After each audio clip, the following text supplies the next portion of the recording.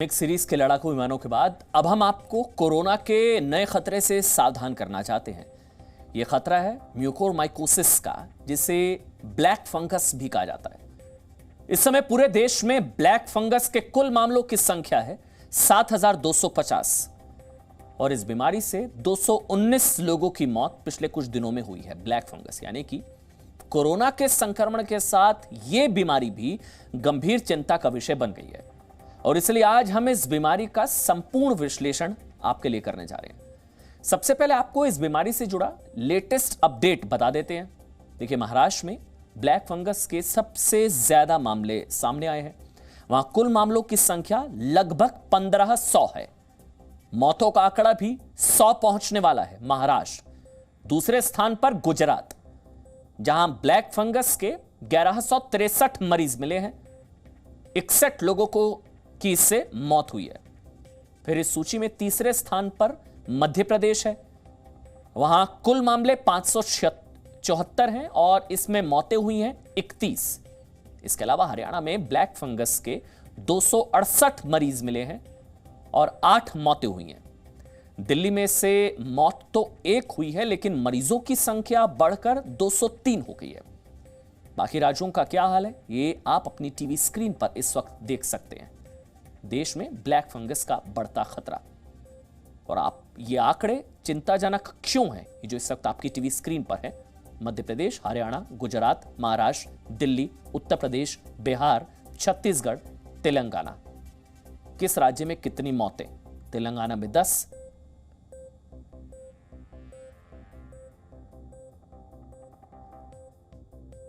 Mucormycosis यानी कि black fungus इस प्रकार का इंफेक्शन है, यानी कि संक्रामक रोग है जैसे कोरोना वायरस है।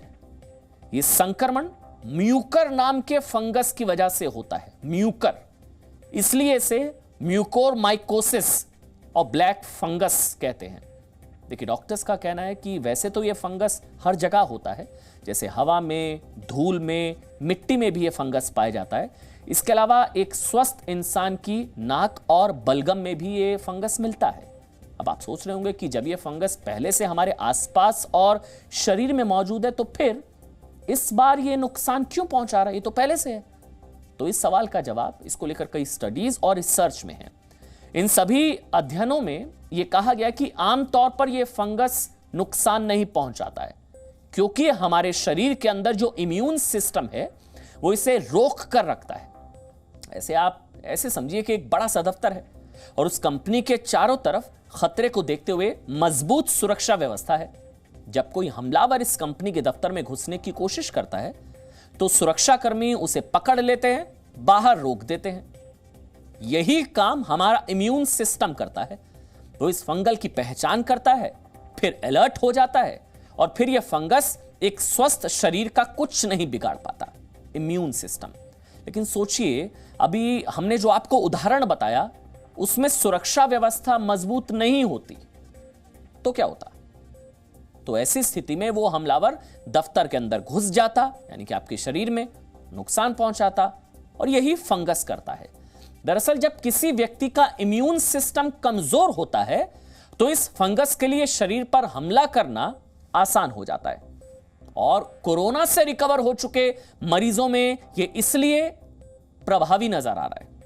अब आप समझ गए होंगे कि ये पूरी बीमारी क्या है, लेकिन ये कैसे होती है, इसके लक्षण क्या हैं और कैसे आप इससे अपना बचाव कर सकते हैं, यह भी आपको जानना चाहिए। हम आपको बताएंगे, लेकिन उससे पहले इस पर आज प्रधानमंत्री नरेंद्र मोदी ने क्या कहा, पहले आपको वो बताते हैं।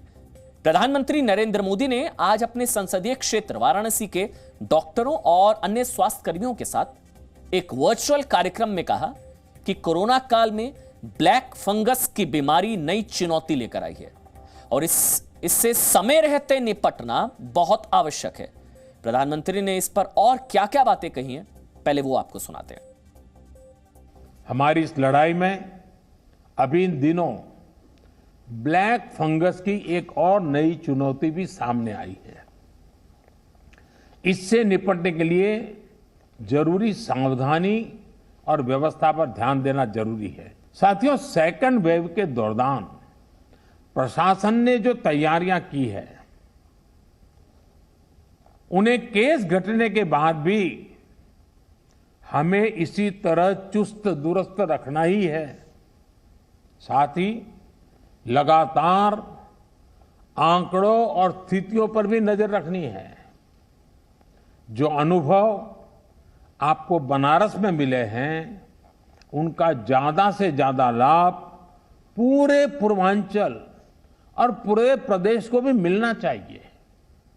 मैं चाहूंगा कि हमारे जो डॉक्टर्स और हेल्थ वर्कर्स हैं, वो अपने अनुभवों को अपनी फ्रेटर्निटी में जरूर साझा करें।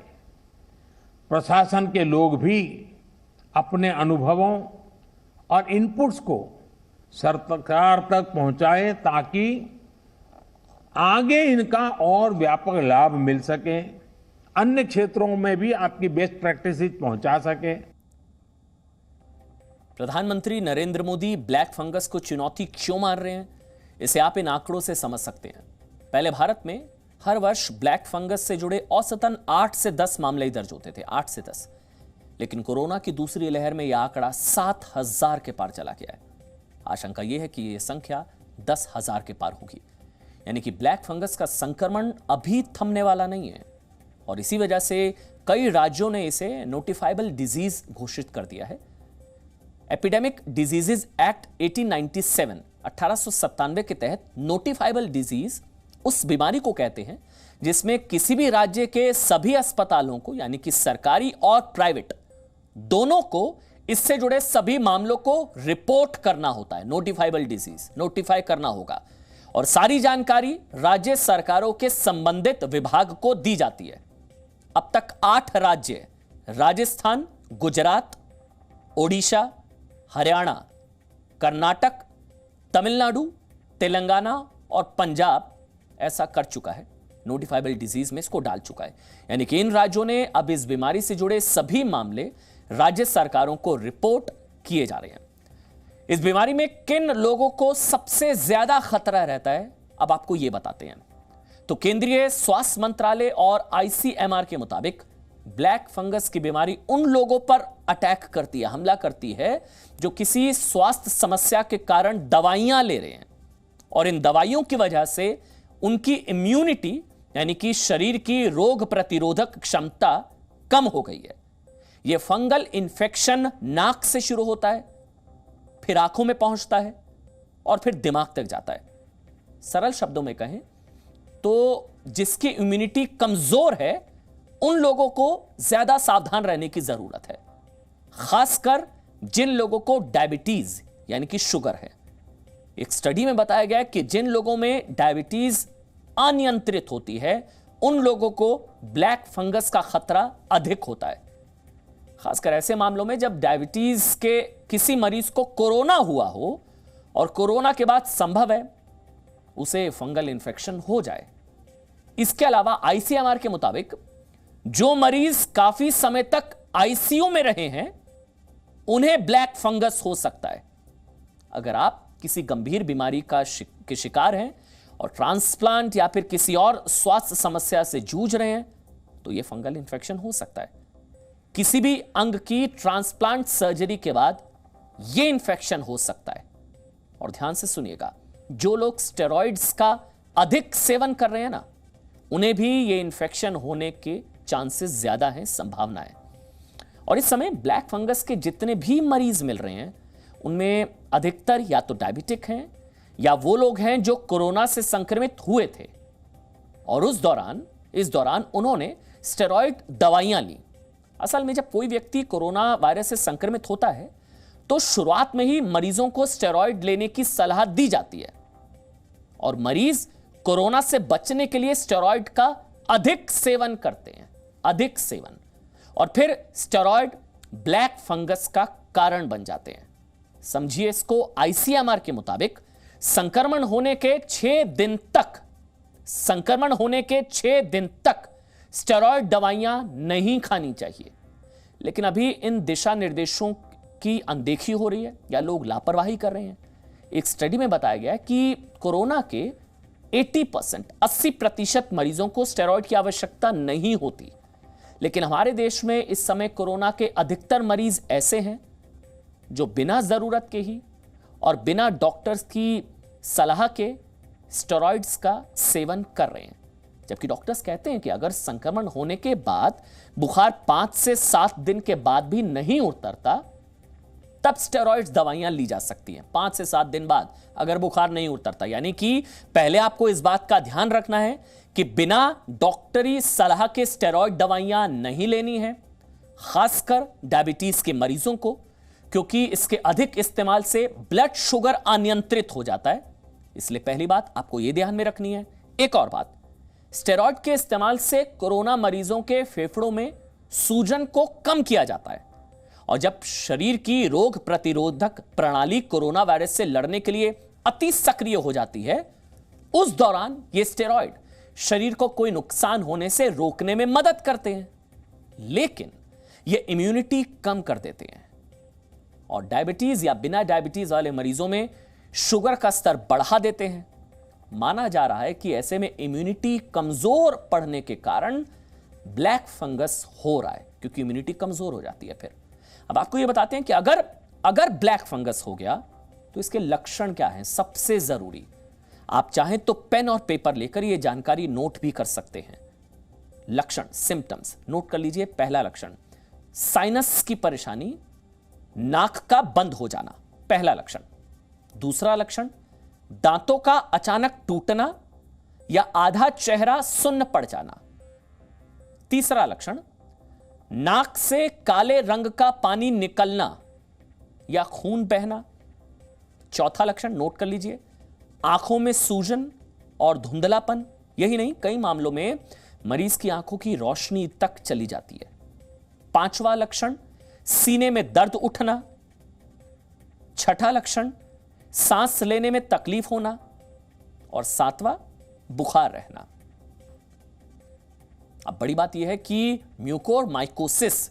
म्यूकोरमाइकोसिस यानी कि ब्लैक फंगस की बीमारी में मृत्यु दर 50% तक होती है। यानी कि मान लीजिए कि अगर 100 लोगों को यह बीमारी हुई तो 50 लोगों की मौत होगी, यह निश्चित माना जा रहा है, 50%। जबकि कोरोना वायरस की मृत्यु दर पूरी दुनिया में 2% बताई जाती है। मतलब 100 लोगों को कोरोना हुआ तो 2 लोगों की मौत होगी। कहने का मतलब यह है कि यह फंगल इन्फेक्शन कोरोना के संक्रमण से भी ज्यादा खतरनाक और जानलेवा है। हालांकि ऐसा नहीं है कि इसका कोई इलाज उपलब्ध नहीं है। केंद्रीय स्वास्थ्य मंत्रालय ने बताया कि इस बीमारी के इलाज में एम्फोटेरिसिन बी इंजेक्शन काफी प्रभावी है। हालांकि अब इस दवा की भी कई राज्यों में कमी होने लगी है। इस समय महाराष्ट्र में ब्लैक फंगस के सबसे ज्यादा 1500 मामले हैं। राज्य सरकार ने केंद्र सरकार से एम्फोटेरिसिन बी की 1.5 लाख वायल्स मांगी है, जबकि दावा है कि मिली सिर्फ 16,000 है। इसके अलावा दिल्ली, गोवा, गुजरात, कर्नाटक, केरल, मध्य प्रदेश, राजस्थान, तेलंगाना और उत्तर प्रदेश ने भी कहा है कि उनके पास भी इस दवा की कमी है, जबकि केंद्र सरकार ने इसके उत्पादन को बढ़ाने की बात कही है। भारत सरकार का कहना है कि जून महीने तक देश में इस दवा की 5,70,000 वायल्स मौजूद होंगी। जून महीने तक 5,70,000 वायल्स। इसके अलावा जुलाई महीने तक देश में इस दवा की 1,11,000 वायल्स का हर महीने उत्पादन हो सकेगा। यानी कि ऑक्सीजन और रेमडेसिविर के बाद अब इस दवा ने नई चुनौती देश के सामने खड़ी कर दी है। हालांकि आप कुछ बातों का ध्यान रखते हुए ब्लैक फंगस से बच सकते हैं। ये सलाह क्या है, आप उसको नोट कर सकते हैं। देखिए, पहली सलाह ध्यान से सुनिएगा, कोरोना से ठीक होने के बाद अपना ब्लड शुगर लेवल चेक करते रहें और इसे नियंत्रित रखें। दूसरी सलाह, डॉक्टर की सलाह के बाद ही स्टेरॉइड का उपयोग करें, ये सबसे जरूरी है, सबसे इंपॉर्टेंट। तीसरी सलाह, एंटीबायोटिक और एंटी फंगल दवाइयों का उपयोग कैसे करना है, इस पर भी डॉक्टर्स की सलाह जरूर लें। चौथी सलाह, ऑक्सीजन ले रहे हैं तो ह्यूमिडिफायर में साफ पानी का ही इस्तेमाल करें। पांचवी सलाह, ब्लैक फंगस के लक्षण दिखने पर इम्यूनिटी बूस्टर दवाइयों को बंद कर दें, ये सबसे जरूरी है, नोट कर लीजिए। छठी सलाह, इसके इलाज के लिए अपने शरीर को हाइड्रेट रखें, यानी कि पानी की कमी बिल्कुल मत होने दें। ये रंग भी बदल रहा है, ब्लैक फंगस के अलावा व्हाइट फंगस भी आ गया है और इससे भी आपको सावधान रहना है। आज हमने इस पर एक रिपोर्ट तैयार की है जिसमें डॉक्टर्स की सलाह, इस बीमारी से बचाव और कोरोना होने पर क्या करना है, ये तमाम जानकारियां हैं। ये आप इस रिपोर्ट को देखिए। हम चाहते हैं कि दूसरे लोगों को सावधान करने के लिए इस रिपोर्ट को आप ज्यादा से ज्यादा शेयर करके ज्यादा से ज्यादा लोगों तक पहुंचाएं।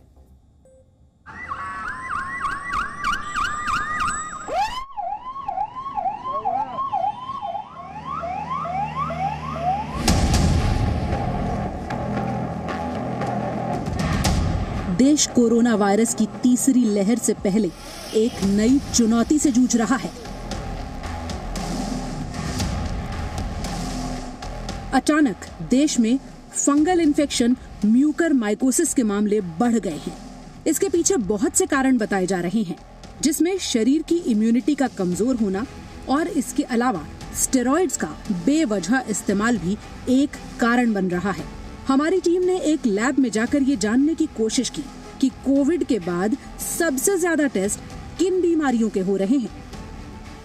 बहुत सारे लोग अलग अलग तरह की मुश्किलों से जूझ रहे हैं, टेस्ट कराने के लिए आ रहे हैं। कुछ लोग कंफ्यूज हैं कि कौन से टेस्ट कराए जाएं, कौन से नहीं कराए जाएं। इसलिए आज हम आपको एक लैब में लेकर आए हैं जहां तमाम तरह के टेस्ट हो रहे हैं। सबसे पहले तो आपको ये बताएंगे कौन से टेस्ट ज़्यादा हो रहे हैं और फिर आपको ये भी बताएंगे कि आपको कब कौन सा टेस्ट कराना चाहिए। वायरस तो चला जाता है पर वायरस जाने के बाद अपनी छाप छोड़ जाता है। स्पेसिफिकली अभी करंटली हम देखें तो वैरायटी ऑफ केसेस आ रहे हैं, क्योंकि लोगों का मानना है कि कोरोना वायरस सिर्फ लंग्स को अफेक्ट करता है। ये सिर्फ लंग्स को अफेक्ट नहीं कर रहा है, सबसे ज़्यादा इसमें जो अभी देखा जा रहा है ये क्लॉट फॉर्मेशन करता है। मतलब ये थक्का जमाता है। वो क्लॉट फॉर्मेशन कहीं भी अगर आपके वो ब्रेन में गया तो आपको उस तरह से स्ट्रॉन्ग आएगा। स्कैन आपके हाथ में है, ये भी लंग्स के अलावा अफेक्ट कर रहा है। जी, ये लंग्स के अलावा जैसा अभी हम सुन रहे हैं म्यूकरमाइकोसिस भी, इस तरह के केसेस भी अभी इनमें भी बढ़ोतरी हुई है। ऐसे केसेस भी रेडियोलॉजिकली काफ़ी देखे जा रहे हैं। और इसके अलावा हमारे पास जो है ब्रेन स्ट्रोक के केसेस भी आ रहे हैं। CRP टेस्ट है, एक डी डाइमर टेस्ट है। CRP आपके इन्फ्लामेशन को बताता है और डी डाइमर टेस्ट आपके क्लॉट होने के चांस को बताता है। और इसके अलावा हम बात करते हैं हार्ट का बेसिक इवैल्यूएशन होना बहुत ज़्यादा ज़रूरी है, जिसके अंदर की एक सिंपल टेस्ट ECG और आपका एक इकोकार्डियोग्राफी, जो हार्ट के अंदर कोई इन्फ्लामेशन है या हार्ट का फंक्शन ठीक है कि नहीं उसके लिए किया जाता है। तो ये बेसिक आपकी 4 टेस्ट हो गए। और इसके अलावा अगर आपको कोई भी इस तरह का सिम्टम है, आपको स्लरिंग ऑफ वॉइस है, आपको किसी तरफ नम्बनेस लग रही है, वीकनेस, तो तुरंत डॉक्टर से संपर्क करके आपको MRI ब्रेन कराने की ज़रूरत पड़ सकती है। बिल्कुल। तो आप अपने लक्षणों को पहचानिए और उसके आधार पर तय कीजिए। अगर आपको चेस्ट में हैवीनेस लगती है, पहले हार्ट डिजीज़ की हिस्ट्री रही है, दिल कमज़ोर रहा है या आप पहले से हार्ट की बीमारियों पर हैं, तो फिर आपको हार्ट से रिलेटेड टेस्ट कराने हैं, जैसा कि अभी लक्षण बताए गए। अगर आपको किसी भी एक हिस्से में कमज़ोरी लगती है, अपने ब्रेन को चेक कराएं, लेकिन डॉक्टर से सलाह लेने के बाद। कोरोना वायरस से ठीक हो चुके मरीज जब अपने टेस्ट्स के लिए पहुंच रहे हैं तो कई मरीजों में म्यूकरमाइकोसिस का पता चल रहा है। इसका एक बड़ा कारण शुरुआती चरण में ही स्टेरॉइड्स देने को माना जा रहा है। कोरोना वायरस के इलाज के लिए कई मरीजों को पहले दिन ही स्टेरॉइड लेने की सलाह दे दी जाती है, लेकिन डॉक्टरों के मुताबिक स्टेरॉइड एक दो-धारी तलवार है। अगर सही समय पर इसका इस्तेमाल किया जाए तो कोरोना वायरस का मरीज ठीक हो सकता है, लेकिन अगर इसे बिना जरूरत दे दिया जाए तो इसके बहुत से ऐसे नुकसान हैं जो किसी को जीवन भर भी झेलने पड़ सकते हैं। माइल्ड सिम्टम्स जब होते हैं और वो पहला यूजुअली 1 हफ्ता होता है, उसमें अगर हम गलती से स्टेरॉइड्स दे दें तो हम वायरस को और बॉडी को हम सप्रेस करेंगे और वायरस बुरी तरह से मल्टीप्लाई होकर और नुकसान देगा। तो ये हम जब सेकेंड फेज होता है, जब लोग जो 10-15 पेशेंट जो सीवियर हो जाते हैं, जिनको ऑक्सीजन की ज़रूरत पड़ रही होती है, जो कि दूसरे हफ्ते में होते हैं, उनमें लंग्स में इन्फ्लेमेशन होती है, लंग्स ख़राब होने शुरू हो जाते हैं, बॉडी में इन्फ्लेमेशन होती है, तब स्टेरॉइड का रोल आता है। और वो भी हम देख रहे हैं कि अगर हम बड़े हाई डोज देते हैं तो शायद फ़ायदा नहीं, नुकसान कर सकते हैं। During the viral replication phase, before it is needed, तो उससे नुकसान हो रहा। और एक हाई डोज स्टेरॉइड्स जो कि लॉन्ग ड्यूरेशन पे चलते जा रहे हैं, जिसकी वजह से नुकसान हो रहा है। तो जो म्यूकरमाइकोसिस, जो ब्लैक फंगस जैसी अपॉर्चुनिस्ट फंगल इन्फेक्शंस हैं, जो कि स्पोर्स हवा में ही घूम रहे हैं, वो जब ऐसे पेशेंट्स इम्यूनोसप्रेस्ड हो जाते हैं, उनका इम्यून सिस्टम ख़त्म हो जाता है, ऐसे पेशेंट सीवियर भी होते हैं, उनको हाई डोज स्टेरॉइड्स के अलावा टोसिलिजुमैब जैसी दवाइयाँ दी गई होती हैं जो कि इम्यून सिस्टम को सप्रेस करती हैं, तो इनको ज़्यादा वो हो जाती है vulnerability towards these fungal spores, जो कि एयर पैसेजेस में ही इफेक्ट होके वहीं पे मल्टीप्लाई करना शुरू कर देते हैं। स्टेरॉइड्स के बहुत ज्यादा इस्तेमाल से मांसपेशियां कमजोर पड़ सकती हैं और ब्लड शुगर अनियंत्रित हो सकता है। डायबिटीज के मरीजों के लिए ये बेहद खतरनाक साबित हो सकता है। ब्लैक फंगस यानी म्यूकरमाइकोसिस के पीछे भी स्टेरॉइड्स का इस्तेमाल एक बड़ी वजह बना है। जिस तरह बुखार होने पर आप घर में बैठकर बुखार की गोली खा लेते हैं और बहुत लोग बिना डॉक्टर से पूछे दवाएं ले लेते हैं, कोरोना के इलाज में कुछ यही हाल स्टेरॉइड दवाओं का भी हो गया है। हो सकता है स्टेरॉइड से आपको कुछ देर के लिए कोरोना वायरस में फ़ायदा मिल जाए, लेकिन आपको लंबे समय तक, कई सालों तक, कई दूसरी बीमारियों के इलाज के लिए दवाएं लेनी पड़ जाएं। इसीलिए किसी समझदार डॉक्टर की देखरेख में ही स्टेरॉइड का इस्तेमाल करें। आधे से ज़्यादा लोगों को इसकी ज़रूरत नहीं पड़ेगी। Puja Makkar, Zee media, Delhi. Presenting B News app, available on Google Play and App Store. Download it now.